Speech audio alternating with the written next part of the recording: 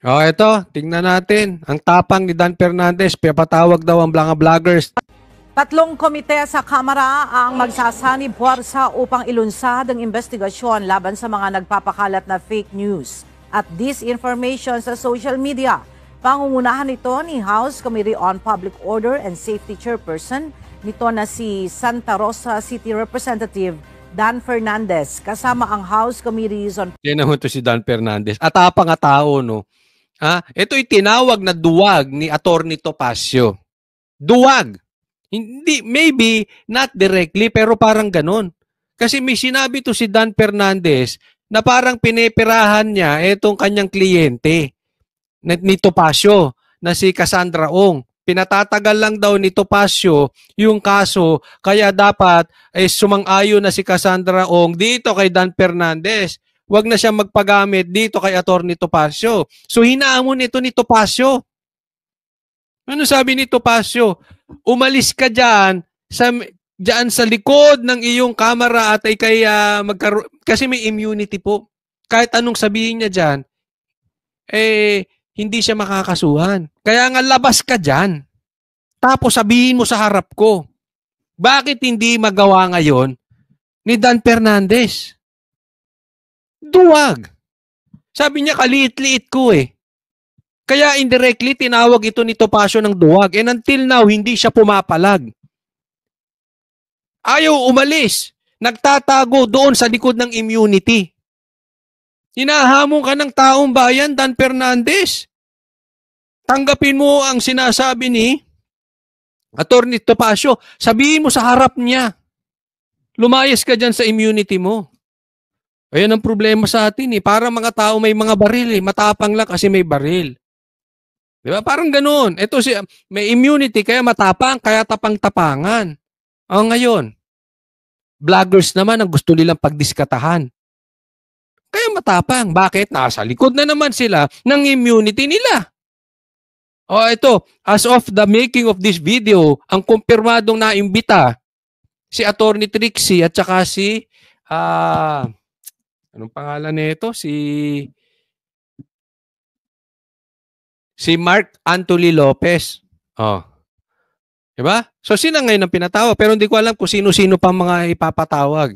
Pero tinan nyo, ang kinakaya nila, yung mga hindi pumapalag. Pero diyan kayo nagkamali. Atty. Trixie is not stupid. Kahit si Mark Lopez, matalino yan. Hindi.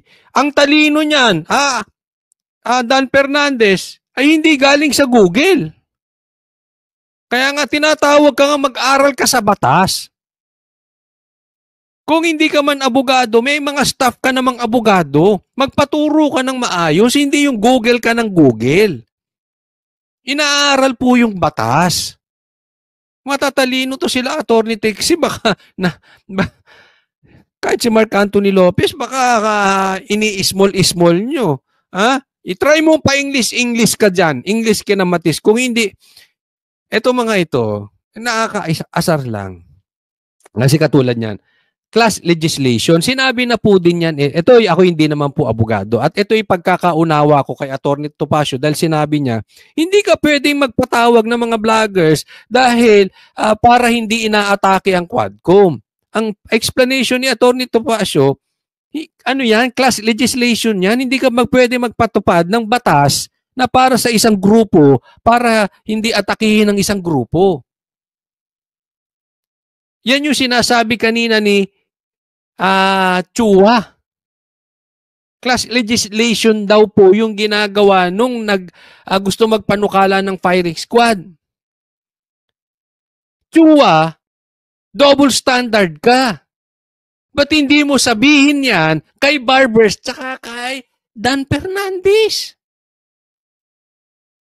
Bakit kayo magpapatupad ng batas nang hindi kayo maatake? Anong klaseng in aid of legislation gagawin nyo dyan? Di ba? Para sa akin, that's pure harassment. Dahil si Atty. Trixie, talaga namang, at si Lopez, alam nating masugid na tagasunod ng mga Duterte, wag na po tayong maglokohan. At alam natin na dating sumuporta rin sila kay Bongbong Marcos. Pero na-discover nila na budol-budol si Marcos kaya bumaliktad na sila. Yan ang katotohanan yan. Hindi kayo tanga. Alam nyo yan. Kaya sila naman ang haharasin nyo. Para ano?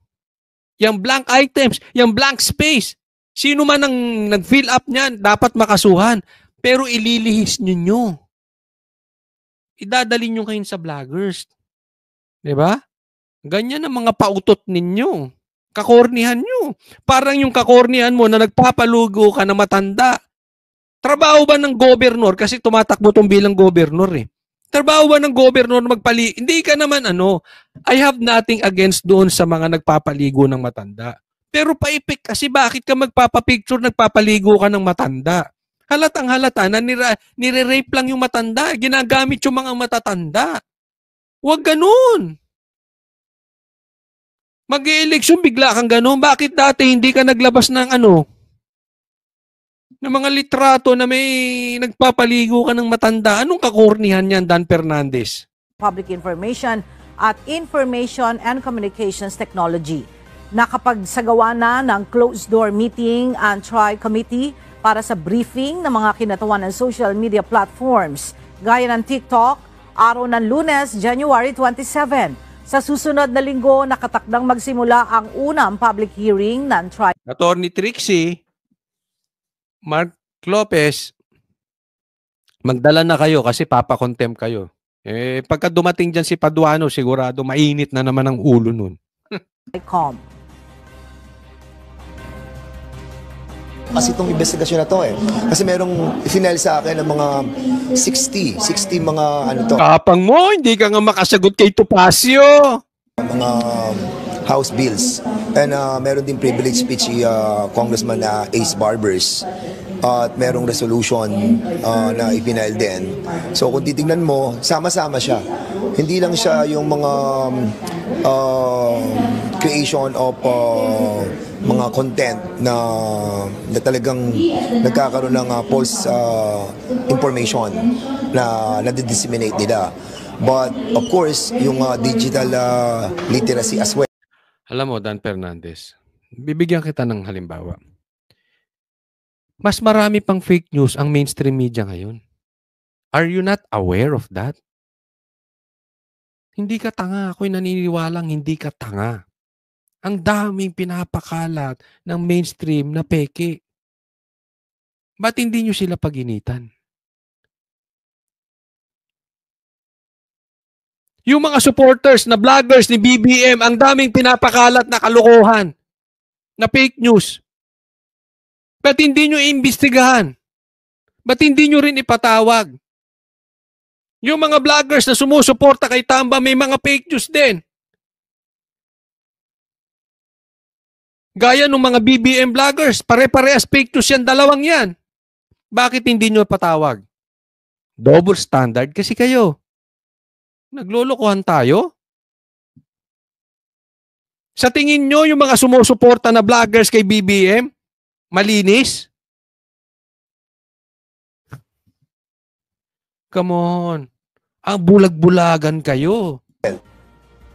Gusto natin magkaroon ng code of conduct ang ating mga social media platform users, no? Second, magkaroon ng disiplina. Sa tingin mo may disiplina yung mga vloggers na sumusuporta kay Marcos at saka kay Tamba? Sila nga puro paninira kay Sara. Sila nga puro paninira kay Duterte, kay PRRD. Isa ka pang double standard? Tatawagin namin kayo maghapon double standard kung ang lagi nyo papatawag ay yung mga sumusuporta lang kay PRRD at sa mga Duterte. Hindi nyo kayang ipatawag yung mga fake news, vloggers ng mga BBM at ng mga galit ka, Kotsoli? Hindi, nagpapaliwanag lang.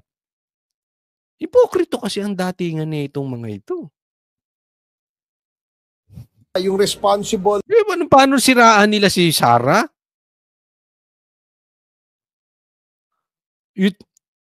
You think that is responsible? Napaka-hipokrito nyo. Use of these platforms, no? just like the other tri-media, yung ating traditional media, kayo ay covered by the rules and regulations of the KBP. So dapat magkaroon din tayo ng parang ganun dito sa social media. Sino ka?